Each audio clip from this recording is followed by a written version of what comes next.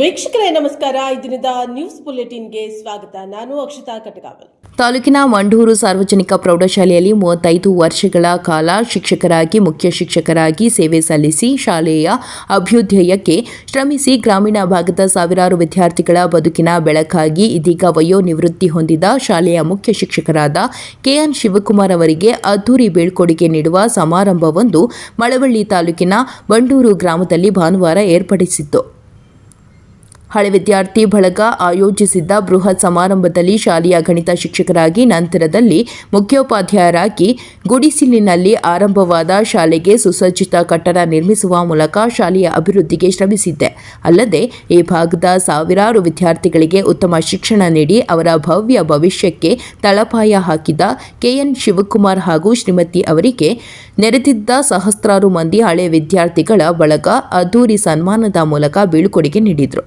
ಮೊದಲಿಗೆ ಅಲಂಕೃತ ಬೆಳ್ಳಿ ರಥದಲ್ಲಿ ಮೆರವಣಿಗೆ ಮೂಲಕ ಶಿವಕುಮಾರ್ ದಂಪತಿಗಳನ್ನು ವೇದಿಕೆಗೆ ಕರೆತರಲಾಯಿತು. ನಂತರ ಆರಂಭವಾದ ವೇದಿಕೆ ಸಮಾರಂಭವು ರಾಮ್ ಮನೋಹರ್ ಲೋಹಿಯಾ ವಿಚಾರ ವೇದಿಕೆಯ ರಾಜ್ಯಾಧ್ಯಕ್ಷರು ಕೆಪಿಸಿಸಿ ಪ್ರಧಾನ ಕಾರ್ಯದರ್ಶಿಗಳು ಆದ ಬಿಎಸ್ ಶಿವಣ್ಣ ಉದ್ಘಾಟಿಸಿದರು. ಈ ವೇಳೆ ಮಾತನಾಡಿದ ಅವರು, ಈ ಶಾಲೆಯಲ್ಲಿ ಶಿಕ್ಷಣ ಪಡೆದ ಸಾವಿರಾರು ವಿದ್ಯಾರ್ಥಿಗಳು ರಾಜ್ಯದ ಮೂಲೆ ಮೂಲೆಗಳಲ್ಲಿ ಅಷ್ಟೇ ಅಲ್ಲದೆ ದೇಶ ವಿದೇಶಗಳಲ್ಲಿ ಸಹ ಉನ್ನತ ಹುದ್ದೆಗಳನ್ನು ಅಲಂಕರಿಸಿರುವುದು ಮುಖ್ಯ ಶಿಕ್ಷಕರಾದ ಶಿವಕುಮಾರ್ ಸೇರಿದಂತೆ ಹಲವರು ಶಿಕ್ಷಕರು ಪರಿಶ್ರಮಕ್ಕೆ ಸಂದ ಗೌರವವಾಗಿದೆ ಎಂದರು. ಈ ಶಾಲೆಯ ಅಭಿವೃದ್ಧಿಗೆ ಹಲವಾರು ಮಹನೀಯರು ತಮ್ಮ ಕೊಡುಗೆ ನೀಡಿದ್ದು, ಹುಟ್ಟಿದ ಗ್ರಾಮ, ಓದಿ ಬೆಳೆದ ಶಾಲೆಯ ಅಭಿವೃದ್ಧಿಗೆ ಪ್ರತಿಯೊಬ್ಬರು ತಮ್ಮ ಕೈಲಾದ ಕೊಡುಗೆ ನೀಡುವುದು ನಮ್ಮ ಆದ್ಯ ಕರ್ತವ್ಯವಾಗಿದೆ ಎಂದರು.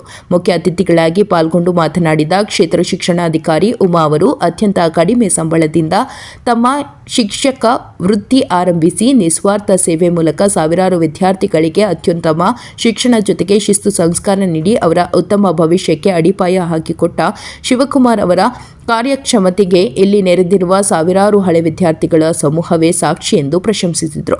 ಸಮಾರಂಭದಲ್ಲಿ ಪಾಲ್ಗೊಂಡು ಮಾತನಾಡಿದ ಕಾಮಿಡಿ ಕಿಲಾಡಿಗಳು ಖ್ಯಾತಿಯ ಹಾಸ್ಯ ನಟ ಗಿಲ್ಲಿ ನಟ ಅವರು, ಶಾಲೆಯಲ್ಲಿ ಮುಖ್ಯ ಶಿಕ್ಷಕರು ನಮ್ಮ ಪ್ರತಿಭೆಯನ್ನು ಗುರುತಿಸಿ ಪ್ರೋತ್ಸಾಹಿಸಿದ ಫಲವಾಗಿ ಕಲಾವಿದನಾಗಿ ಬೆಳೆಯಲು ಸಾಧ್ಯವಾಯಿತು ಎಂದು ಸ್ಮರಿಸಿದರು. ಸಮಾರಂಭದಲ್ಲಿ ನೆರೆದಿದ್ದ ಸಾವಿರಾರು ಹಳೆ ವಿದ್ಯಾರ್ಥಿಗಳು ಮೊದಲಿಗೆ ತಮ್ಮ ನೆಚ್ಚಿನ ಗುರುಗಳಿಗೆ ಪಾದಪೂಜೆ ಮೂಲಕ ಗೌರವ ನಮನ ಸಲ್ಲಿಸಿದ್ದರಲ್ಲದೆ ಭಾರೀ ಹಾರ ತುರಾಯಿಗಳ ಜೊತೆಗೆ ಕೈಗೆ ಬೆಳ್ಳಿ ಖಡ್ಗ, ಕತ್ತಿಗೆ ಚಿನ್ನದ ಸರ ತುಡಿಸಿ ಅದ್ದೂರಿ ಬೀಳ್ಕೊಡುಗೆ ನೀಡಿದರು.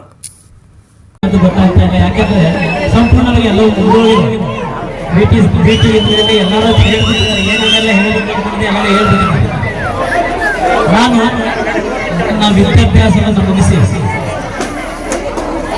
ಬಿಡಿಯನ್ನು ಮುಗಿಸಿದ ನಂತರ ನಾನು ಶಿಕ್ಷಣ ಕ್ಷೇತ್ರಕ್ಕೆ ಕಾಲಿಟ್ಟಿದ್ದಂತೆ ನನ್ನ ಪ್ರವೇಶ ಈ ಬಂಡೂರಿನ ಶಾಲೆ 1991ನೇ ಇಸವಿನಲ್ಲಿ ಜೂನ್ 18ನೇ ತಾರೀಕು ನನಗೆ ಸಾರ್ವಜನಿಕ ಪ್ರೌಢಶಾಲೆಯಲ್ಲಿ ನನ್ನ ವೃತ್ತಿ ಆರಂಭ ಆಯಿತು. ಆ ವೃತ್ತಿ ಆರಂಭ ಆಗಬೇಕಾದ್ರೆ ನನ್ನನ್ನು ಇಲ್ಲಿಗೆ ಪರಿಚಯಿಸಿದಂಥ ಒಬ್ಬ ವ್ಯಕ್ತಿಯನ್ನು ನಾನು ನೆನಪಿಸ್ಕೊಳ್ಬೇಕು. ಅದು ಇನ್ಯಾರು ಅಲ್ಲ, ನಮ್ಮ ಊರಿನಿಂದ ಈ ಒಂದು ಹಿರಿಯ ಪ್ರಾಥಮಿಕ ಪಾಠಶಾಲೆಗೆ ಬರ್ತಿದ್ದಂತಹ ಒಬ್ಬ ಶಿಕ್ಷಕರಾದಂತಹ ಶ್ರೀ ಪರಶಿವಮೂರ್ತಿಯವರು ಇಲ್ಲಿಗೆ ನನ್ನ ಪರಿಚಯಿಸಿದವರು. ಅವರು ನನ್ನ ಇಲ್ಲಿಗೆ ಪರಿಚಯಿಸಿದ್ರು. ಅಲ್ಲಿಂದ ನನ್ನ ಒಂದು ಪ್ರಾರಂಭ ಆಯಿತು, ನನ್ನ ಶಿಕ್ಷಕ ವೃತ್ತಿ ಪ್ರಾರಂಭ ಆಯಿತು. ಈ ಶಿಕ್ಷಕ ವೃತ್ತಿಗೆ ಬಂದ ನಂತರ ಇಲ್ಲಿ ಇದ್ದಂತಹ ಆಗಿನ ಮುಖಂಡರುಗಳು, ಹಿರಿಯರುಗಳು ಮತ್ತೆ ಈ ಯಾತಕ್ಕೆ ಈ ಒಂದು ಊರಿನಲ್ಲಿ ಶಾಲೆ ಪ್ರಾರಂಭ ಆಯಿತು ಅಂತ ಹೇಳಿದ್ರೆ, ಆಗಿನ 91ನೇ ಇಸವಿನಲ್ಲಿ ಈ ವಿದ್ಯಾಭ್ಯಾಸವನ್ನ ಪ್ರಾಥಮಿಕ ಪಾಠಶಾಲೆ ವಿದ್ಯಾಭ್ಯಾಸವನ್ನು ಮುಗಿಸಿದ ನಂತರ ಹೆಣ್ಣು ಮಕ್ಕಳಿಗೆ ಮುಂದಿನ ತರಗತಿಗೆ ಹೋಗಕ್ಕೆ ಆಗ್ತಾ ಇರಲಿಲ್ಲ. ಅವರು ಅದೇ ಕೊನೆ ಹೋಗ್ತಿತ್ತು. ಅವಾಗ ಊರಿನ ಮುಖಂಡರುಗಳೆಲ್ಲರೂ ಸೇರ್ಕೊಂಡು ಒಂದು ಚರ್ಚೆಯನ್ನ ಮಾಡಿ ನಂತರ ಏನ್ ಮಾಡಿದ್ರು ಅಂತ ಹೇಳಿದ್ರೆ, ಇಲ್ಲಿ ಒಂದು ಪ್ರೌಢಶಾಲೆಯನ್ನ ಸೇರಿದ್ರೆ ಎಲ್ಲ ಮಕ್ಕಳುಗಳಿಗೆ ಮುಂದಿನ ವಿದ್ಯಾಭ್ಯಾಸವನ್ನ ಮುಗಿಸ್ತಾರೆ ಅಥವಾ ಮುಂದಿನ ವಿದ್ಯಾಭ್ಯಾಸವನ್ನ ಅವ್ರು ಮಾಡ್ತಾರೆ ಅನ್ನುವಂಥ ಉದ್ದೇಶದಿಂದ ಅವಾಗ ತೆರೆದು ಅದು ಇಲ್ಲಿಯವರೆಗೂ ಸಹ ನಿಮ್ಮೆಲ್ಲರ ಸಹಕಾರ ಮತ್ತು ಸಹಾಯದಿಂದ ನಡ್ಕೊಂಡು ಬರ್ತಾ ಇದೆ. ನಾನು ಪ್ರಾರಂಭವಾದಾಗ ನನ್ನನ್ನು ಇಲ್ಲಿಗೆ ಆಯ್ಕೆ ಮಾಡಿ ಶಿಕ್ಷಕ ವೃತ್ತಿಗೆ ಸೇರಿಸಿದ್ರು. ಸಹ ಶಿಕ್ಷಕನಾಗಿ ಸೇರಿದಾಗಲೇ ನಾನು ಮುಖ್ಯ ಶಿಕ್ಷಕರಾಗಿಯೂ ಸಹ ಕಾರ್ಯನಿರ್ವಹಿಸಬೇಕು ಅನ್ನುವಂತಹ ರೀತಿಯಲ್ಲಿ ಹೇಳಿದ್ರು. ಈ ಒಂದು ಅವರು ಇಟ್ಟಿದ್ದಂತಹ ವಿಶ್ವಾಸ ಅವರ ಮೇಲೆ ನನ್ನ ಮೇಲೆ ಇಟ್ಟಿದ್ದಂತಹ ವಿಶ್ವಾಸ ನನ್ನನ್ನು ಇಲ್ಲಿವರೆಗೂ ಸಹ ನನ್ನನ್ನು ಉಳಿಸಿಕೊಂಡು ಈ ಒಂದು ವಿದ್ಯಾಸಂಸ್ಥೆಯಲ್ಲಿ ಕೆಲಸ ಮಾಡುವ ರೀತಿಯಲ್ಲಿ ಮಾಡ್ತೀನಿ. ಯಾಕೆಂತ ಹೇಳಿದ್ರೆ ಸುಮ್ಮನೆ ಕೊಡೋಕ್ಕಾಗೋದಿಲ್ಲ. ನಾನು ಸೇರಿದಾಗಲೂ ನಾನು ಮುಖ್ಯ ಶಿಕ್ಷಕ, ಮನೆಗೆ ಹೋಗ್ಬೇಕಾದ್ರೂ ಸಹ ನಾನು ಮುಖ್ಯ ಶಿಕ್ಷಕನಾಗಿ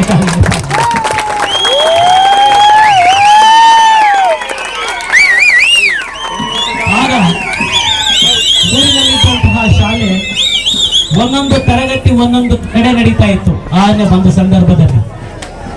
ಒಂದು ಸಂದರ್ಭದಲ್ಲಿ ಒಂದೊಂದು ತರಗತಿ 8ನೇ ತರಗತಿ ಒಂದು ಕಡೆ, 9ನೇ ತರಗತಿ ಒಂದು ಕಡೆ, 10ನೇ ತರಗತಿ ಪ್ರಾರಂಭದಲ್ಲಿ ಒಂದು 8ನೇ ತರಗತಿ ಮಾತ್ರ ಪ್ರಾರಂಭ 91ನೇ ಇಸ್ವಿನಲ್ಲಿ, 92ನೇ ಇಸ್ವಿನಲ್ಲಿ 9ನೇ ತರಗತಿ, 93ನೇ ಇಸ್ವಿನಲ್ಲಿ 10ನೇ ತರಗತಿ. ಮೊದಲನೇ ಒಂದು ಬ್ಯಾಚ್ 93-94ನೇ ಬ್ಯಾಚ್. ಹಾಗೆ ಆವಾಗ ಏನಾಗಿತ್ತು, ಆ ಒಂದು ಸಂಕಷ್ಟದ ಪರಿಸ್ಥಿತಿಯಲ್ಲಿ ತೆರೆದಂತ ಒಂದು ಶಾಲೆಯನ್ನ ಇದುವರೆಗೂ ಸಹ ನಮ್ಮ ವಿದ್ಯಾಸಂಸ್ಥೆ ಸಾರ್ವಜನಿಕ ವಿದ್ಯಾಸಂಸ್ಥೆಯನ್ನು ಮಾಡಿದೆ ಅಂತಂದ್ರೆ ಅಚ್ಚುಕಟ್ಟಾಗಿ ನಡೆಸ್ಕೊಂಡು ಬಂದಿದೆ. ಅದನ್ನ ನೋಡ್ಕೊಳ್ಳೋದಕ್ಕೆ ನನಗೊಂದು ಚೂರು ಉಸ್ತುವಾರಿಯನ್ನು ಕೊಟ್ಟಿದ್ರು. ಅದನ್ನ ನಾನು ಮಾಡಿರುವಂತ ರೀತಿ ತಮ್ಮೆಲ್ಲರಿಗೂ ಹೇಗನ್ಸಿದೆ ಗೊತ್ತಿಲ್ಲ, ನಾನು ಪ್ರಾಮಾಣಿಕವಾಗಿ ಮಾಡಿದ್ದೇನೆ. ಈ ಪ್ರಾಮಾಣಿಕವಾಗಿ ಮಾಡಿದಂತಹ ಒಂದು ನನ್ನ ಸೇವೆಯನ್ನು ಗುರುತಿಸಿ ಇವತ್ತು ನೀವೆಲ್ಲರೂ ಸಹ ನನ್ನ ನಿವೃತ್ತಿಯನ್ನ ಈ ರೀತಿ ದೊಡ್ಡ ಪ್ರಮಾಣದಲ್ಲಿ ಮಾಡುವುದಕ್ಕೆ ನನಗೆ ಏಕೋ ಅರಗಿಸ್ಕೊಳ್ಳಿಕ್ಕೆ ಕಷ್ಟ ಆಗ್ತಾ ಇದೆ ನನಗೆ. ಯಾಕೆಂದ್ರೆ ಇಷ್ಟು ವರ್ಷಗಳು 32 ಬ್ಯಾಚ್ಗಳ ಸ್ಟೂಡೆಂಟ್ಸ್ಗಳು ಸಹ ಗೊತ್ತಾಗ್ತಾ ಇದೆಯಾ, ಎಲ್ಲರೂ ಸಹ ಎಲ್ಲರೂ ಸೇರ್ಕೊಂಡು ಈ ಒಗ್ಗಟ್ಟಾದಂತ ಕೆಲಸಗಳನ್ನ ಮಾಡಿದ್ರಲ್ಲ, ಇದನ್ನ ನಾನು ಏನ್ ಹೇಳ್ಬೇಕು, ಇದಕ್ಕೆ ನಾನು ಹೇಳೋದಕ್ಕೆ ಪದಗಳೇ ಇಲ್ಲ. ಈ ಒಂದು ಶಾಲೆ ಪ್ರಾರಂಭವಾದ ನಂತರ ಈ ಒಂದು ಶಾಲೆಗೆ ಬೇಕಾದಂತ ಅನುಕೂಲತೆಗಳನ್ನ ನಮ್ಮ ವಿದ್ಯಾಸಂಸ್ಥೆಯ ಜೊತೆಗೆ ನಮ್ಮ ಶಾಲೆಯಲ್ಲಿ ಕಲಿತಂತ ವಿದ್ಯಾರ್ಥಿಗಳು ಏನ್ ಮಾಡಿದಾರಪ್ಪ ಅಂತಂದ್ರೆ ಸೇರ್ಕೊಂಡು ಅನುಕೂಲತೆಗಳನ್ನ ಮಾಡ್ಕೊಟ್ಟಿದ್ದಾರೆ. ಅದನ್ನ ನಾವು ನೆನಪಿಸ್ಕೊಳ್ಳಬೇಕು. ಇಲ್ಲಿ ಓದಿದಂತಹ ವಿದ್ಯಾರ್ಥಿಗಳು ನಿಮ್ಮ ಕಣ್ಣೆದುರುಗಡೆ ಕಾಣಿಸ್ತಾ ಇದೆ. ರಾಧಮ್ಮ ಜನಸ್ಪಂದನ ಸಂಸ್ಥೆ ವತಿಯಿಂದ ಪೂರ್ಣ ಸುಧಾ ಕ್ಯಾನ್ಸರ್ ಫೌಂಡೇಶನ್ ಸಹಯೋಗದೊಂದಿಗೆ ಮಹಿಳೆಯರಿಗೆ ಉಚಿತ ಆರೋಗ್ಯ ತಪಾಸಣಾ ಶಿಬಿರ. ಸಂಸ್ಥಾಪಕ ಶ್ರೀಯುತ ಹೇಮಂತ್ ಕುಮಾರ್. ಆಲೂರು ತಾಲೂಕಿನಲ್ಲಿ ರಾಧಮ್ಮ ಜನಸ್ಪಂದನ ಸಂಸ್ಥೆ ವತಿಯಿಂದ ಪೂರ್ಣ ಸುಧಾ ಕ್ಯಾನ್ಸರ್ ಫೌಂಡೇಶನ್ ಸಹಯೋಗದೊಂದಿಗೆ ಮಹಿಳೆಯರಿಗೆ ಉಚಿತ ಆರೋಗ್ಯ ತಪಾಸಣಾ ಶಿಬಿರವನ್ನು ಕಾರ್ಕೂಡು ಮಗ್ಗಿ ಇನ್ಸ್ಪೈರ್ ಇಂಟರ್ನ್ಯಾಷನಲ್ ಶಾಲೆಯಲ್ಲಿ ಏರ್ಪಡಿಸಲಾಗಿತ್ತು. ಉಚಿತ ಆರೋಗ್ಯ ತಪಾಸಣಾ ಶಿಬಿರವನ್ನು ಮುಖ್ಯ ಅತಿಥಿಗಳಾದ ಡಿವೈಎಸ್ಪಿ ಪ್ರಮೋದ್ ರವರು ಜ್ಯೋತಿ ಬೆಳಗಿಸಿ ಉದ್ಘಾಟಿಸಿ ಕಾರ್ಯಕ್ರಮಕ್ಕೆ ಚಾಲನೆ ನೀಡಿ ನಂತರ ಉಚಿತ ಆರೋಗ್ಯ ಶಿಬಿರವನ್ನು ಉದ್ದೇಶಿಸಿ ಮಾತನಾಡುತ್ತಾ, ಸಮಾಜಕ್ಕೆ ಕೊಡುಗೆ ನೀಡುವವರ ಸಂಖ್ಯೆ ತುಂಬಾನೇ ಕಡಿಮೆ. ಆದರೆ ಇಂತಹ ಕಾಲದಲ್ಲಿ ರಾಧಮ್ಮ ಜನಸ್ಪಂದನ ಸಂಸ್ಥಾಪಕರಾದ ಶ್ರೀಯುತ ಹೇಮಂತ್ ಕುಮಾರ್ ಅವರು ಸಮಾಜಮುಖಿ ಕೆಲಸ ಮಾಡುತ್ತಿರುವುದು ತುಂಬಾನೇ ಹೆಮ್ಮೆಯಾಗುತ್ತದೆ. ಈ ಮಣ್ಣಿನಲ್ಲಿ ಹುಟ್ಟಿದ ಮೇಲೆ ಏನಾದರೂ ಸಮಾಜ ಸೇವೆಯನ್ನು ಮಾಡುವ ಉದ್ದೇಶ ಇರಬೇಕು. ಆದ್ದರಿಂದ ತಾಯಿಯ ಋಣ ಹಾಗೂ ಮಣ್ಣಿನ ಋಣ ತೀರಿಸುವುದಕ್ಕೋಸ್ಕರ ಆಲೂರು ತಾಲೂಕಿನ ಇಂತಹ ಆರೋಗ್ಯ ಶಿಬಿರವನ್ನು ಹೇಮಂತ್ ಕುಮಾರ್ ಅವರು ಮಾಡುತ್ತಾ ಬರುತ್ತಿದ್ದಾರೆ. ಈ ಉಚಿತ ಆರೋಗ್ಯ ತಪಾಸಣಾ ಶಿಬಿರದಲ್ಲಿ ಪ್ರಸೂತಿ ಮತ್ತು ಸ್ತ್ರೀರೋಗ ತಜ್ಞರಾದ Malenadu nursing home doctor Savitri, doctor HL Premalatha, ಪ್ರಶಸ್ತಿ ಶ್ರೀ ರೋಗ ತಜ್ಞರು ಮತ್ತು ಡಾಕ್ಟರ್ ಎಂಪನ್ನ ಅವರು ಬಂದಂತಹ ಮಹಿಳೆಯರಿಗೆ ಹಾಗೂ ಶಾಲೆಯ ವಿದ್ಯಾರ್ಥಿನಿಯರಿಗೆ ಸ್ತನ ಕ್ಯಾನ್ಸರ್ ಮತ್ತು ಗರ್ಭಕೊರಳ ಕ್ಯಾನ್ಸರ್ ಅನ್ನೋದು ಯಾವ ಸಮಯದಲ್ಲಿ ಯಾವ ರೀತಿ ಹರಡುತ್ತದೆ, ಯಾವ ವಯಸ್ಸಿನಿಂದ ಪ್ರಾರಂಭವಾಗುತ್ತದೆ, ಅದೇ ರೀತಿ ಪ್ರಥಮ ಚಿಕಿತ್ಸೆಯನ್ನು ಯಾವಾಗ ಪಡೆದುಕೊಳ್ಳಬೇಕು, ಇದನ್ನು ಯಾವ ರೀತಿ ಕ್ಯಾನ್ಸರ್ ಅನ್ನು ಪತ್ತೆ ಹಚ್ಚಬಹುದು, ಲಸಿಕೆ ಪಡೆಯುವುದರಿಂದ ಗುಣಮುಖರಾಗಿ ಮಾಡಬಹುದಾದ ಕ್ರಮಗಳನ್ನು ಯಾವ ಅನುಸರಿಸಬೇಕು ಎನ್ನುವುದನ್ನು LED ಪರದೆ ಮುಖಾಂತರ ಅರಿವು ಮೂಡಿಸಿ ಉಚಿತ ಆರೋಗ್ಯ ತಪಾಸಣಾ ಬಸ್ ಸಹ ಬಂದಿದೆ. ಇದರಲ್ಲಿ ಮೆಮೊಗ್ರಫಿ ಸ್ಕ್ಯಾನಿಂಗ್ ಅನ್ನು ಪೂರ್ಣ ಸುಧಾ ಕ್ಯಾನ್ಸರ್ ಫೌಂಡೇಶನ್ನ ವತಿಯಿಂದ ನುರಿತ ವೈದ್ಯರುಗಳು ಬಂದಿದ್ದಾರೆ. ಎಲ್ಲ ಮಹಿಳೆಯರು ಚಿಕಿತ್ಸೆ ಪಡೆದು ಸದುಪಯೋಗ ಪಡಿಸಿಕೊಳ್ಳಿ ಎಂದರು. ಇದೇ ಸಂದರ್ಭದಲ್ಲಿ ಡಿವೈಎಸ್ಪಿ ಪ್ರಮೋದ್ ರವರು, ಸಮಾಜ ಸೇವಕರಾದ ಕರುಣಾನಂದ, ಕ್ಷೇತ್ರ ಶಿಕ್ಷಣಾಧಿಕಾರಿ ಕೃಷ್ಣೇಗೌಡ, ತಾಲೂಕು ದಂಡಾಧಿಕಾರಿಗಳಾದ ಮಲ್ಲಿಕಾರ್ಜುನ್, ಶ್ರೀರೋಗ ತಜ್ಞರುಗಳು ಹಾಗೂ ಶಾಲಾ ಮುಖ್ಯ ಶಿಕ್ಷಕರು, ಮಹಿಳೆಯರು, ವಿದ್ಯಾರ್ಥಿನಿಯರು ಆರೋಗ್ಯ ಶಿಬಿರದಲ್ಲಿ ಪಾಲ್ಗೊಂಡಿದ್ದರು. ವರದಿ ಶಾಂತ ನಿಲುವಾಗಿಲು.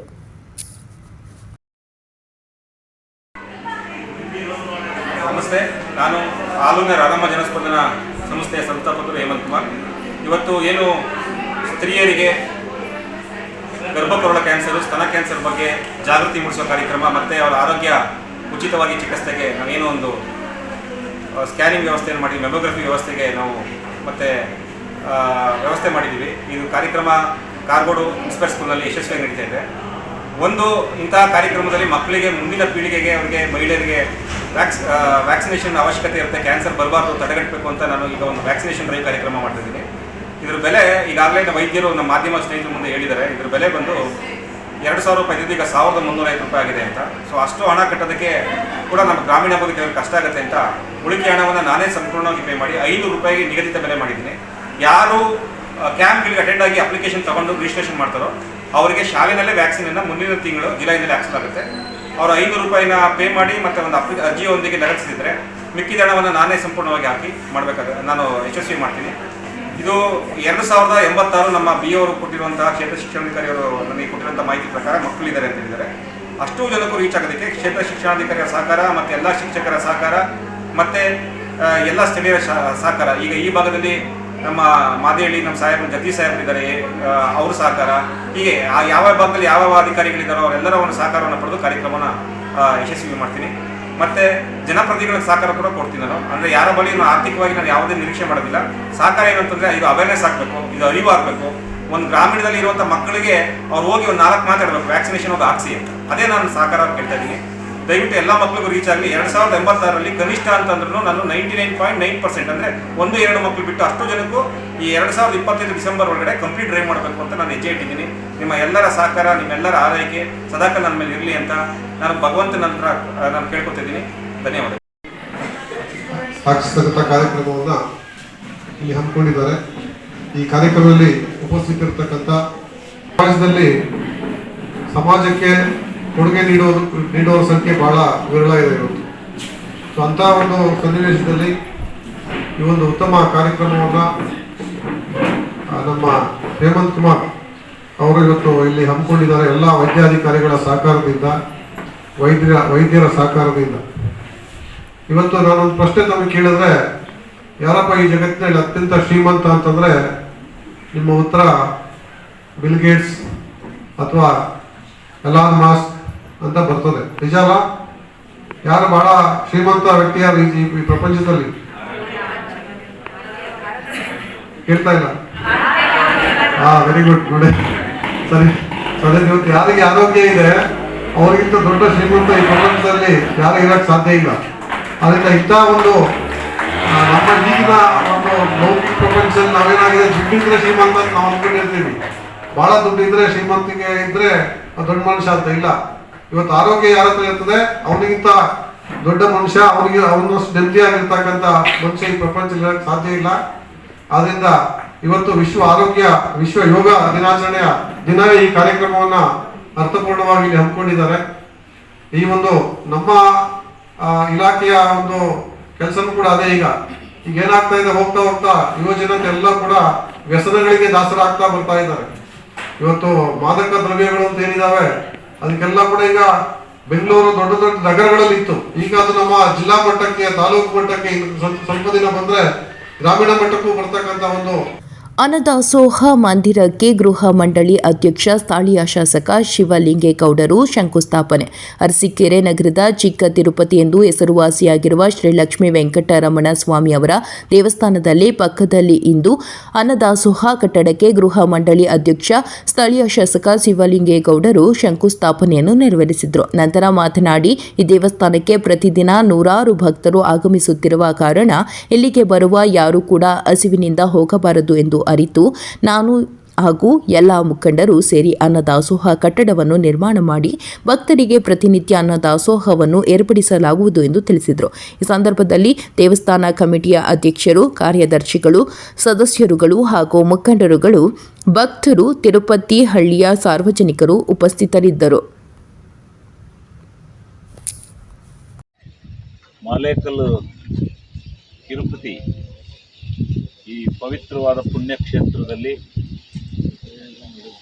ನಿತ್ಯ ದಾಸೋಹವನ್ನು ಮಾಡಬೇಕು ಅಂತಕ್ಕಂಥ ಸಂಕಲ್ಪವನ್ನು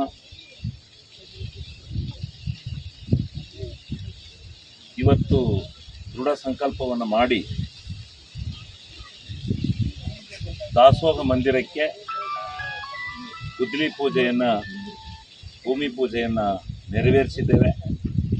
ಇನ್ನು ಮುಂದೆ ಈ ಮಂದಿರ ಆದ ತಕ್ಷಣ ದಿನನಿತ್ಯ ಯಾವತ್ತೂ ಕೂಡ ಈ ನಿತ್ಯ ದಾಸೋಹ ಈ ಒಂದು ಪುಣ್ಯಕ್ಷೇತ್ರದಲ್ಲಿ ನಡಿಬೇಕು ಅಂತಕ್ಕಂಥ ಸಂಕಲ್ಪವನ್ನು ಮಾಡಿ ಈ ಕೆಲಸವನ್ನು ಇವತ್ತು ಉದ್ಲಿ ಪೂಜೆ ಮಾಡಿದ್ದೇವೆ. ಮಾಡಿ ಇಡೀ ಭಕ್ತಾದಿಗಳು ಬಹಳ ಸಹಸ್ರೋಪಾದಿಯಲ್ಲಿ ಬರ್ತಕ್ಕಂಥದ್ದು ಇಲ್ಲಿ ಜನರ ಪ್ರತೀತಿಯಾಗಿದೆ. ಇದನ್ನು ನೋಡಿ ಇಲ್ಲಿ ದಾಸೋಹವನ್ನು ಕೊಡಬೇಕು ಅಂತಕ್ಕಂಥ ಏರ್ಪಾಡು ಮಾಡಬೇಕು ಅಂತಕ್ಕಂಥದ್ದು ನಮ್ಮೆಲ್ಲ ಮುಖಂಡರುಗಳ, ನಮ್ಮೆಲ್ಲ ಈ ಭಾಗದ ಎಲ್ಲ ಮುಖಂಡರುಗಳ ಸಂಕಲ್ಪ ಆಗಿದೆ. ಆ ರೀತಿ ಇವತ್ತು ಈ ಕಾರ್ಯಕ್ರಮವನ್ನು ಯಶಸ್ವಿಯಾಗಿ ನಿರ್ವಹಿಸ್ತಾ ಇದ್ದೀವಿ. ಏನಾಗ್ತದೆ ಎಸ್ಟಿಮೇಟು ಎಷ್ಟು ಆದ್ರೂ ಅದು ಈಗ ಒಂದು ಅಡುಗೆ ಮನೆ ಕಟ್ಟಕ್ಕೆ 20-30 ಲಕ್ಷ ಕೊಟ್ಟಿದ್ದೀವಿ. ಈಗ ಈ ದಾಸೋಹ ಮಂದಿರವನ್ನು ಕಟ್ಟಕ್ಕೆ ಸುಮಾರು 15-25 ಲಕ್ಷ ರೂಪಾಯಿಗಳಾಗುತ್ತೆ. ಅದನ್ನು ಶುದ್ಧವಾಗಿ ಕಟ್ಟಿ ವ್ಯವಸ್ಥಿತವಾಗಿ ಈ ದಾಸೋಹ ಮಂದಿರವನ್ನು ಟೋಟಲ್ ಒಂದು 50 ಲಕ್ಷ 50 ಲಕ್ಷ ರೂಪಾಯಿಗಳ ಅಂದಾಜಿನಲ್ಲಿ ಮಾಡ್ತಾ ಇದ್ದೀವಿ. ಮುಂದೆ ಕುಡಿಯೋ ನೀರೆಲ್ಲ ಇರುತ್ತೆ. 2 ತಿಂಗಳಲ್ಲಿ 2 ತಿಂಗಳ ಒಳಗಡೆ ಈ ಒಂದು ರಾಜಗೋಪುರದ ಏನು ನಿರ್ಮಾಣ ಆಗಿದೆ, ಕೆಲವಾರು ಕಾರಣಾಂತರಗಳಿಂದ ನಿಧಾನ ಆಗಿದೆ. ಅದನ್ನು ಈ ಸಾರಿ ಯಾವುದೇ ಕಾರಣದಿಂದ 2 ತಿಂಗಳೊಳಗಡೆ ಒಳ್ಳೆಯ ದಿವಸ ನೋಡಿ ಎಲ್ಲರನ್ನ ಕರೆಸಿ ನಾವು ಈ ಕಾರ್ಯಕ್ರಮವನ್ನು ಲೋಕಾರ್ಪಣೆ ಮಾಡ್ತಕ್ಕಂಥ ಕೆಲಸವನ್ನು ನಾವು ಮಾಡ್ತಾ ಇದ್ದೀವಿ. ಕುಡಿಯೋ ನೀರು ವ್ಯವಸ್ಥೆ ಇದೆ. ಕುಡಿಯೋ ನೀರಿನ ವ್ಯವಸ್ಥೆ ಇದೆ. ಇಲ್ಲದೇ ಇದ್ರೂ ನಮ್ಮ JJM ನೀರಿದೆ. ನಾಳೆನೇ ಇಳಿಸಿ ಕಂಪ್ಲೀಟ್ ಇಲ್ಲಿಗೆ ಒಂದು ಸಿಸ್ಟರನ್ನು ಇಡಿಸಿ ಇಲ್ಲಿ ನೀರನ್ನು ಕೊಡ್ತಕ್ಕಂಥ ಕೆಲಸವನ್ನು ನಮ್ಮ ಗ್ರಾಮ ಪಂಚಾಯತಿಗೆ ಹೇಳಿ ಆ ಕೆಲಸವನ್ನು ನಾವು ಮಾಡಿಸ್ಕೊಡ್ತೀವಿ. ನೀರಿನ ಸೌಕರ್ಯ ಇದೆ, ಏನು ತೊಂದರೆ ನೀರಿಗೇನು ತೊಂದರೆ ಇಲ್ಲ, ಕಡಿಮೆ ಆಗಿಲ್ಲ ನೀರು. ಸರ್ ಮತ್ತು ಈಗ ಜಾಗ ಇದೆಯಲ್ಲ, ಇದು ಸ್ವಲ್ಪ ಮಣ್ಣು ಹೊಡೆದಿರೋದು ಅಂತ ಹೇಳಿದರೆ ಕಾಂಟ್ರಾಕ್ಟ್ರಿಗೆ ಹೇಳಿ ಸರ್, ಅದೊಂದು ಸ್ವಲ್ಪ ನಾನು ಕಾಂಟ್ರಾಕ್ಟರ್ ಅಲ್ವೇ ಅದಕ್ಕೆ ಹೇಳಿದೆ. ಅದನ್ನ ಏನು ಹಾಕಿ ಮಣ್ಣಿದೆ ಆ ಮಣ್ಣಿನಿಂದ ತಳಿ ಪಿಲ್ಲರ್ ಹೋಗಿ ಏನು 4-5 ಅಡಿ ಪಿಲ್ಲರ್ ಜಾಸ್ತಿ ಹೋಗುತ್ತೆ, ಅಲ್ಲಿಂದ ರೈಸ್ ಮಾಡ್ಕೊಂಡು. ಅರುಣ್ ಹಾಗೂ ಭಾಸ್ಕರ್ ಪ್ರಸಾದ್ ವಿರುದ್ಧ ಕ್ರಮಕ್ಕೆ ಆಗ್ರಹ. ದಲಿತ ಮಹಾಸಭಾ ಹಾಗೂ ಕಾಂಗ್ರೆಸ್ ಕಾರ್ಯಕರ್ತರಿಂದ ಮೈಸೂರಿನ ಟೌನ್ ಹಾಲ್ ಬಳಿ ಇರುವ ಅಂಬೇಡ್ಕರ್ ಪ್ರತಿಮೆ ಮುಂದೆ ಪ್ರತಿಭಟನೆ. ದಲಿತ ಮಹಾಸಭಾಧ್ಯಕ್ಷ ಎಸ್ ರಾಜೇಶ್ ಮಾತನಾಡಿ, ಕಾಂಗ್ರೆಸ್ ಮುಖಂಡರ ಬಗ್ಗೆ ಅವಹೇಳನಕಾರಿ ಹೇಳಿಕೆ ನೀಡುತ್ತಿರುವ ಹಾಗೂ ಒಳ ಮೀಸಲಾತಿ ಬಗ್ಗೆ ಜನರ ದಾರಿ ತಪ್ಪಿಸುತ್ತಿರುವ ವಕೀಲ ಅರುಣ್ ಕುಮಾರ್ ಹಾಗೂ ಭಾಸ್ಕರ್ ಪ್ರಸಾದ್ ಅವರ ವಿರುದ್ಧ ಸೂಕ್ತ ಕ್ರಮ ಕೈಗೊಳ್ಳಬೇಕು. ಮೈಸೂರು ಜಿಲ್ಲಾ ಉಸ್ತುವಾರಿ ಸಚಿವ ಡಾಕ್ಟರ್ HC ಮಹದೇವಪ್ಪ ಹಾಗೂ ವಿಧಾನ ಪರಿಷತ್ ಸದಸ್ಯ ಡಾಕ್ಟರ್ ಡಿ ತಿಮ್ಮಯ್ಯರವರು ಒಳ ಮೀಸಲಾತಿ ವಿರೋಧಿಗಳಲ್ಲ, ಆದರೂ ಅವರ ವಿರುದ್ಧ ವ್ಯಾಪಕ ಅಪಪ್ರಚಾರ ಮಾಡಲಾಗುತ್ತಿದೆ. ಕಾಂಗ್ರೆಸ್ ಪಕ್ಷದ ನೇತೃತ್ವದ ಮುಖ್ಯಮಂತ್ರಿ Siddaramaiah, doctor HC Mahadevappa, doctor D ತಿಮ್ಮಯ್ಯನವರು ಒಳ ಮೀಸಲಾತಿ ಪರ ಇದ್ದಾರೆ. ಜಾತಿ ಸಮೀಕ್ಷೆ ಪ್ರಗತಿಯಲ್ಲಿದೆ. ಒಳ ಮೀಸಲಾತಿ ಜಾರಿಗೊಳಿಸಲು ಎಲ್ಲರೂ ಕಂಕಣ ಬದ್ಧರಾಗಿದ್ದಾರೆ ಎಂದು ತಿಳಿಸಿದರು. ಈ ಪ್ರತಿಭಟನೆಯಲ್ಲಿ KS ಶಿವರಾಮು, ಕೇಶವ, ಸತ್ಯ, ಲೋಕೇಶ್, ನಾಗೇಶ್, ಸೈಯದ್ ಫರೂಕ್, ಶಿವಣ್ಣ, ರಾಜಶೇಖರ್, ಶಿವಶಂಕರಮೂರ್ತಿ, ಧನಪಾಲ್ ಹಾಜರಿದ್ದರು. ವರದಿ TS ಶಶಿಕಾಂತ್, ಮೈಸೂರು. ಅರುಣ್ ಕುಮಾರ್ ಹಾಗೂ ಭಾಸ್ಕರ್ ಪ್ರಸಾದ್ ಅವರಿಗೆ ನಾವು ತಿಳಿಸೋದೇನು ಅಂತ ಹೇಳಿದ್ರೆ, ಮಾನ್ಯ ಗೌರವಾನ್ವಿತ ಮುಖ್ಯಮಂತ್ರಿ ಸಿದ್ದರಾಮಯ್ಯ ಸಾಹೇಬರು ಮತ್ತು ಮಾದೇವಪ್ಪ ಅವರು ಮತ್ತು ನಮ್ಮ ತಿಮ್ಮಯ್ಯ ಸಾಹೇಬರು ಇವರೆಲ್ಲರೂ ಕೂಡ ಒಳ ಮೀಸಲಾತಿಗೆ ಪರವಾಗಿದ್ದಾರೆ. ಒಂದು ಜಾತಿ ಸಮೀಕ್ಷೆ ನಡೀತಾ ಇದೆ, ಅವಕಾಶ ಬೇಕಾಗಿದೆ. ಎಲ್ಲ ಸಮುದಾಯವೂ ಕೂಡ ನ್ಯಾಯ ದೊರಕಿಸಿಕೊಡ್ಬೇಕಾಗಿದೆ. ಈ ನಿಟ್ಟಿನಲ್ಲಿ ಕಾಂಗ್ರೆಸ್ ಪಕ್ಷದ ನೇತೃತ್ವದ ಸರ್ಕಾರ ಬದ್ಧವಾಗಿದೆ. ಯಾರೂ ಕೂಡ ಈ ಒಂದು ವಿಚಾರದಲ್ಲಿ ಭಯಪಡುವಂಥ ಅವಶ್ಯಕತೆ ಇಲ್ಲ. ನಮ್ಮ ಸರ್ಕಾರ ಕಂಕಣಬದ್ಧವಾಗಿದೆ. ಈ ಭಾಸ್ಕರ್ ಪ್ರಸಾದ್ ಮತ್ತು ಈ ಅರುಣ್ ಕುಮಾರ್ ಅವರು BJP RSSನ ಏಜೆಂಟ್ಗಳಾಗಿದ್ದಾರೆ. ಇವರು BJPಯನ್ನು ಮನವೊಲಿಸಿಕೊಳ್ಳೋದಕ್ಕೋಸ್ಕರ ವಿಷ ಬೀಜ ಬಿತ್ತುವಂಥ ಹೇಳಿಕೆಗಳನ್ನು ನೀಡ್ತಾ ಇದ್ದಾರೆ. ಒಬ್ಬ ಸರಳ ಸಜ್ಜನಿಕೆಯ ವ್ಯಕ್ತಿಗಳಾದಂತಹ SC ಮಾದೇಪ್ಪನವರು ಹಾಗೂ ತಿಮ್ಮಯ್ಯನವರು ಒಂದು ಶಾಂತಿ ಸೌಹಾರ್ದತೆಯಿಂದ ಈ ಒಂದು ಒಳ ಮೀಸಲಾತಿಯನ್ನು ಜಾರಿಗೊಳಿಸಬೇಕಂತ ಕಂಕಣಬದ್ಧರಾಗಿದ್ದಾರೆ. ಆದರೆ ಇವರು ತಮ್ಮ ರಾಜಕೀಯ ಬೇಯಿಸ್ಕೊಳ್ಳೋದಕ್ಕೋಸ್ಕರ ಈ ರೀತಿಯಾದಂಥ ಸಮಾಜದಲ್ಲಿ ಅಶಾಂತಿಯ ವಾತಾವರಣವನ್ನು ಉಂಟು ಮಾಡುವಂಥ ಹೇಳಿಕೆಗಳನ್ನು ನೀಡ್ತಾ ಇದ್ದಾರೆ.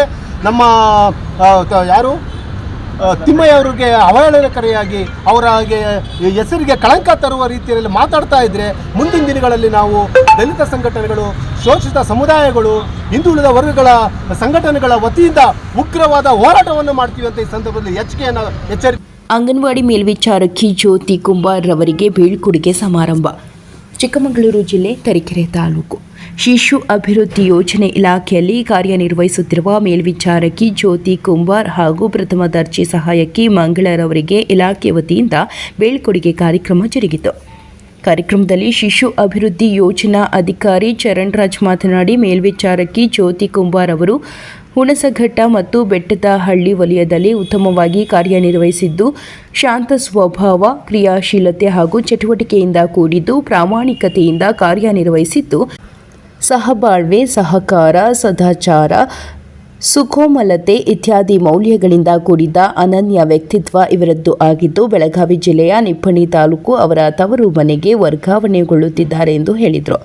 ಪ್ರಥಮ ದರ್ಜೆ ಸಹಾಯಕಿ ಮಂಗಳರವರು ಕಡೂರು ತಾಲೂಕಿಗೆ ವರ್ಗಾವಣೆಗೊಳ್ಳುತ್ತಿದ್ದು, ಇವರು 6 ತಿಂಗಳು ಸೇವೆ ಸಲ್ಲಿಸಿದ್ರು ಸಹ ನಮ್ಮ ಕಚೇರಿಯಲ್ಲಿ ಉತ್ತಮವಾಗಿ ಕಾರ್ಯನಿರ್ವಹಿಸಿದ್ದಾರೆ ಎಂದು ಹೇಳಿದರು.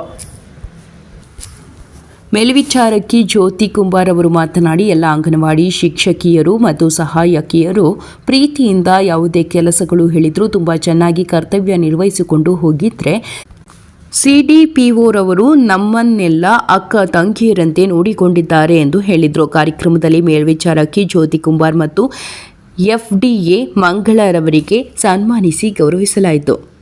ಈ ಸಂದರ್ಭದಲ್ಲಿ ಜಿಲ್ಲಾ ನಿರೂಪಣಾಧಿಕಾರಿ ಸಂತೋಷ್ ಟಿ, ತಾಲೂಕಿನ ಎಲ್ಲ ಮೇಲ್ವಿಚಾರಕಿಯರು, ಅಂಗನವಾಡಿ ಕಾರ್ಯಕರ್ತೆಯರು, ಸಹಾಯಕಿಯರು ಭಾಗವಹಿಸಿದರು. ವರದಿ ಪ್ರದೀಪ್ ಎಚ್, ತರೀಕೆರೆ. ಭಿಕ್ಷೆ ಬೇಡಿಕೊಂಡು ಬಾಡಿಗೆ ಮನೆಯೊಂದರಲ್ಲಿ ವಾಸ ಮಾಡುತ್ತಿದ್ದ ಬಿಹಾರ ಮೂಲದ ಭಿಕ್ಷುಕ ಕುಟುಂಬ ತಡರಾತ್ರಿ ಜಗಳ ಕೊಲೆಯಲ್ಲಿ ಅಂತ್ಯವಾದ ಘಟನೆ ಹಳೆ ಹುಬ್ಬಳ್ಳಿಯ ಪೊಲೀಸ್ ಠಾಣಾ ವ್ಯಾಪ್ತಿಯಲ್ಲಿ ನಡೆದಿದೆ.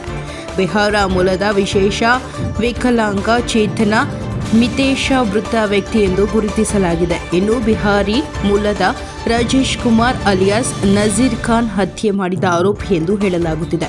ಇನ್ನು ಹತ್ಯೆಯಾದ ಚೇತನ, ಮಿತೇಶ ಹಾಗೂ ಕೊಲೆ ಆರೋಪಿ ಸೇರಿ ತಾಯಿ ಒಂದೇ ಮನೆಯಲ್ಲಿ ವಾಸ ಮಾಡುತ್ತಿದ್ದರು. ಭಿಕ್ಷೆ ಬೇಡಿಕೊಂಡು ಜೀವನ ನಡೆಸುತ್ತಿದ್ದರು. ಆದರೆ ಕಳೆದ ಭಾನುವಾರ ತಡರಾತ್ರಿ ಮನೆಯಲ್ಲಿ ಚಿಕ್ಕ ಗಲಾಟೆ ಆರಂಭವಾಗಿದೆ. ಈ ಗಲಾಟೆಯಲ್ಲಿ ಕೊಲೆ ಆರೋಪಿ ತಾಯಿಗೆ ಚೇತನ್, ಮಿತೇಶ ಬೈದಿದ್ದಾನಂತೆ. ಇದರಿಂದ ಕೋಪಗೊಂಡ ರಾಜೇಶ್ ಅಲಿಯಾಸ್ ನಜೀರ್ ಖಾನ್ ಹತ್ಯೆಯಾದ ಚೇತನ್ ಮೇಲೆ ಮೈಕ್ ಸೆಟ್ನಿಂದ ತಲೆ ಭಾಗಕ್ಕೆ ಹೊಡೆದಿದ್ದಾನೆ. ರಕ್ತ ಮಡುವಿನಲ್ಲಿ ಬಿದ್ದ ಗಾಯಾಳುವನ್ನು ಕಿಮ್ಸ್ ಆಸ್ಪತ್ರೆಗೆ ಸಾಗಿಸಲು ಮುಂದಾಗಿದ್ದ ವೇಳೆ ಮಾರ್ಗಮಧ್ಯೆ ಚೇತನ, ಮಿತೇಶ ವ್ಯಕ್ತಿ ಕೊನೆ ಉಸಿರೆಳೆದಿದ್ದಾನೆ ಎಂದು ತಿಳಿದು ಬಂದಿದೆ. ಸದ್ಯ ಘಟನೆಯ ಮಾಹಿತಿ ಮೇರೆಗೆ ಹಳೆ ಹುಬ್ಬಳ್ಳಿಯ ಪೊಲೀಸ್ ಕಿಮ್ಸ್ ಆಸ್ಪತ್ರೆಗೆ ಭೇಟಿ ನೀಡಿ ಪರಿಶೀಲನೆ ಕೈಗೊಂಡಿದ್ದಾರೆ. ಹಳೆ ಹುಬ್ಬಳ್ಳಿ ಪೊಲೀಸ್ ಠಾಣೆ ವ್ಯಾಪ್ತಿಯಲ್ಲಿ ಘಟನೆ ನಡೆದಿದೆ. ವರದಿ ಸಂತೋಷ ಮೇದಾರ, ಹುಬ್ಬಳ್ಳಿ. ಪಟ್ಟಣದ ಅಭಿವೃದ್ಧಿ ಮರೆತು ವೈಯಕ್ತಿಕ ತಮ್ಮ ಕೆಲಸ ಸುಲಿಗೆಗೆ ನಿಂತ ಪುರಸಭೆ ಆಡಳಿತ ಮಂಡಳಿಯ ಜನಪ್ರತಿನಿಧಿಗಳು. ಕರ್ವೆ ಮಹೇಶ್ ಕಾಲಗಟ್ಟಗಿ ಆರೋಪ. ಸಾಕಷ್ಟು ಬಾರಿ ಪುರಸಭೆ ವಿರುದ್ಧ ಹೋರಾಟ ಮಾಡಿದ್ರು ಮತ್ತು ಅವರು ಹಗ್ಗ ತಿನ್ನು ಚಾಳಿ ಬಿಡಂಗಿಲ್ಲ ಮತ್ತು ಅವ್ರದ್ದು ಏನೈತೆ ಅದನ್ನ ಮಾಡ್ತಾರೆ. ನಾವು ಎಷ್ಟೆಲ್ಲ ಹೋರಾಟ ಮಾಡಿದ್ವಿ ಅದು ಊರ ಜನತೆಗೂ ಗೊತ್ತೈತಿ. 36/6/2025 ಪ್ರತಿಭಟನೆ. ಹೌದು, ಎಸ್, ಗದಗ ಜಿಲ್ಲೆಯ ಲಕ್ಷ್ಮೇಶ್ವರ ಪಟ್ಟಣದಲ್ಲಿ ಅಭಿವೃದ್ಧಿ ಕೆಲಸಗಳಿಗೆ ಹೆಚ್ಚು ಒತ್ತು ನೀಡಿ ಪಟ್ಟಣದ ಅಭಿವೃದ್ಧಿಗೆ ಮುನ್ನಡೆ ಬರೆಯಬೇಕಾಗಿದ್ದ ಪುರಸಭೆಯ ಆಡಳಿತ ಮಂಡಳಿಯ ಜನಪ್ರತಿನಿಧಿಗಳು ಕೇವಲ ತಮ್ಮ ಸ್ವಾರ್ಥಕ್ಕಾಗಿ ತಮ್ಮ ವೈಯಕ್ತಿಕ ಕೆಲಸಗಳನ್ನು ಮಾಡಿಕೊಳ್ಳುತ್ತಾ ಸಾರ್ವಜನಿಕರ ಸಣ್ಣ ಪುಟ್ಟ ಕೆಲಸ ಮಾಡುವ ಗುತ್ತಿಗೆದಾರರ ಕಡೆಯಿಂದ ಕಮಿಷನ್ ಸುಲಿಗೆ ಮಾಡುತ್ತಿದ್ದಾರೆ. ಪ್ರಾಮಾಣಿಕವಾಗಿ ಕಾರ್ಯನಿರ್ವಹಿಸುತ್ತಿರುವ ಪುರಸಭೆಯ ಮುಖ್ಯಾಧಿಕಾರಿ ತಮ್ಮ ಕೆಲಸ ಕಾರ್ಯಗಳಿಗೆ ಸಹಕರಿಸುತ್ತಿಲ್ಲ ಎಂದು ಆತನನ್ನು ಬೇರೆ ಕಡೆ ವರ್ಗಾವಣೆ ಮಾಡಿಸಿ ತಮ್ಮ ಮಾತು ಕೇಳುವ ಅಧಿಕಾರಿಯನ್ನು ತರಲು ಮುಂದಾಗುತ್ತಿದ್ದಾರೆ ಎಂದು ಆರೋಪಿಸಿರುವ ಅವರು, ಇದರ ಬಗ್ಗೆ ಸಂಬಂಧಿಸಿದ ಜಿಲ್ಲಾ ಅಧಿಕಾರಿಗಳು ಸೂಕ್ತವಾದ ತನಿಖೆ ನಡೆಸಿ ಜನಪ್ರತಿನಿಧಿಗಳ ಮೇಲೆ ಸೂಕ್ತ ಕ್ರಮ ಹಾಗೂ ಪುರಸಭೆ ಆಡಳಿತದ ವಿರುದ್ಧ ಇದೇ 36/6/2025 ನಮ್ಮ ರಕ್ಷಣಾ ವೇದಿಕೆಯ ತಾಲೂಕು ಘಟಕದ ವತಿಯಿಂದ ಪುರಸಭೆಯ ಆಡಳಿತದ ವಿರುದ್ಧ ಪ್ರತಿಭಟನೆ ಕೈಗೊಳ್ಳಲಾಗುವುದು ಎಂದು ಲಕ್ಷ್ಮೇಶ್ವರ ತಾಲೂಕಾ ಕರ್ನಾಟಕ ರಕ್ಷಣಾ ವೇದಿಕೆ ಪ್ರವೀಣ್ ಶೆಟ್ಟಿ ಬಣ್ಣದ ತಾಲೂಕು ಅಧ್ಯಕ್ಷರಾದ ಮಹೇಶ್ ಕಾಲಗಟ್ಟಗಿ ಅವರು ನಮ್ಮ ಮಾಧ್ಯಮ ಮುಖಾಂತರ ಮಾಹಿತಿ ನೀಡಿದ್ದಾರೆ. ವರದಿ ವೀರಣ್ಣ ಅಡಪದ, ಪ್ರಜಾಪವರ್ ಟಿವಿ, ಲಕ್ಷ್ಮೇಶ್ವರ. ನಮಗೆ ನಾಚಿಗೆ ಬಂದು ಇವರು ಸುಧಾರಿಸ್ತಾರಂತೇಳಿ ಸುಮ್ಮನಿದ್ರೆ ಇವ್ರು ಇಲ್ಲಿವರೆಗೂ ಸುಧಾರಿಸಲಿಲ್ಲ. ಒಂದು ಲಕ್ಷ್ಮೇಶ್ವರದ್ದು ರಸ್ತೆ ವಿಚಾರ ಇರ್ಬೋದು, ಈಗ ಮಾರ್ಕೆಟ್ ಒಳಗೆ ಫುಲ್ ಡಿಪ್ ಮಾಡಿಬಿಟ್ಟಾರ. 1.5-2 ತಿಂಗಳಾಯ್ತು. ಈ ದೊಡ್ಡ ಮಳೆ ಡಿಪ್ ಮಾಡಿ ತುಂಬ ನೀರು ಸ್ವಿಮ್ಮಿಂಗ್ ಪೂಲ್ ಥರ ಆಗ್ಬಿಟ್ಟೈತೆ ಅದೀಗ. ಅಲ್ಲಿ ಓಡಾಡೋಕ್ಕೆ ಕಷ್ಟ. ಅದರ್ ರೋಡ್ ಅದನ್ನೇನಾರ ಚಾಯ್ಸ್ ಮಾಡ್ಕೊಂಡ್ರೆ ಊರು ಒಳಗಡೆ ರೋಡು ಟಿಪ್ಪರ್ ಓಡಾಡಿ ನೋಡೋ ಹಂಗಿಲ್ಲ ಊರು ಒಳಗಡೆ ರೋಡ್ನ. ಆಮೇಲೆ ಈ ಆಡಳಿತ ಮಂಡಳಿ ಟೋಟಲ್ ಆಗಿ ಕಮಿಷನ್ ದಂಧೆಗೆ ನಿಂತ್ಕೊಂಡ್ಬಿಟ್ಟಾರ. ಇವರಿಗೆ ಕಮಿಷನ್ ಕೊಟ್ಟರೆ ಎಲ್ಲ ಒಬ್ಬ ಮನಿ ಕಟ್ಟಬೇಕಂದ್ರೂ ಕಮಿಟಿ ಭೇಟಿ ಆಗ್ಬೇಕು, ಒಂದು CC ತೊಗೋಬೇಕಂದ್ರೂ ಸಮಸ್ಯೆ, ಒಂದು NOC ತೊಗೋಬೇಕಂದ್ರೂ ಸಮಸ್ಯೆ. ಇದು ಈ ಥರ ಇದ್ರೆ ರಕ್ಷಣಾ ವೇದಿಕೆ ಇದನ್ನು ಯಾವತ್ತೂ ಸಹಿಸೋದಿಲ್ಲ. ಈ ಒಬ್ಬ ಕಾಂಟ್ರಾಕ್ಟರ್ ತನ್ನ ಅಮೌಂಟ್ ಏನಾದರೂ ರಿಲೀಸ್ ಮಾಡ್ಕೋಬೇಕಂದ್ರೆ ಅಥವಾ ತನ್ನ ಅಮೌಂಟ್ ತೊಗೋಬೇಕಂತಂದ್ರೆ ಇವ್ರಿಗೆ ಏನು ಮುಟ್ಟಿಸ್ಬೇಕು, ಕಮಿಷನ್ ಮುಟ್ಟಿಸಿದ ಮೇಲೆ ಅವನಿಗೆ ಸಿಗ್ನೇಚರ್ ಮಾಡೋದು. ಈ ಥರ ಆದರೆ ಲಕ್ಷ್ಮೇಶ್ವರ ಅಭಿವೃದ್ಧಿ ವಿಚಾರ ಇವ್ರಿಗೆ ಒಂದು ಎಳ್ಳು ಕಾಳಷ್ಟು ಇವ್ರು ತಲೆಯಾಗಿಲ್ಲ. ಲಕ್ಷ್ಮೇಶ್ವರನ ಕೊಳ್ಳೆ ಹೊಡೆಕಾಗೆ ಇವ್ರು ಅದರ ಹೊರತು ಲಕ್ಷ್ಮೇಶ್ವರನ ಅಭಿವೃದ್ಧಿ ಮಾಡೋ ವಿಚಾರದಾಗ ಇವ್ರು ಇಲ್ಲ. ಇನ್ನು ಪುರಸಭೆಯ ಅಧಿಕಾರಿ, ಒಬ್ಬ ನಿಷ್ಠಾವಂತ ಅಧಿಕಾರಿ ಬಂದು ಕೆಲಸ ಮಾಡಕತ್ತಾನಂದ್ರೆ ಅವ್ನು ಟ್ರಾನ್ಸ್ಫರ್ ಮಾಡಿಸೋದು. ಇವರು ಯಾರಿಂದ ಲೆಟರ್ ಕೊಟ್ಟಾರ, ಎಷ್ಟು ಲೆಟರ್ ಹೋಗ್ಯಾವು, ಯಾರು ಕುಂತು ಮಾಡಿಸ್ಕೊಂಡ್ ಬರ್ತಾರ, ಎಲ್ಲ ನಮ್ಮ ರಕ್ಷಣಾ ವೇದಿಕೆ ಗಮನಕ್ಕೆ ಬಂದೈತಿ. ನಾವು ಯಾಕೆ ಸುಮ್ಮನೆ ಇದ್ದೀವಿ ಅನ್ನೋದು ಇವ್ರಿಗೆ ಅರ್ಥ ಆಗ್ತಾ ಇಲ್ಲ. ಈ ಎಲ್ಲ ವಿಚಾರವಾಗಿ ಬರೋ ಸೋಮವಾರ 30/6/2025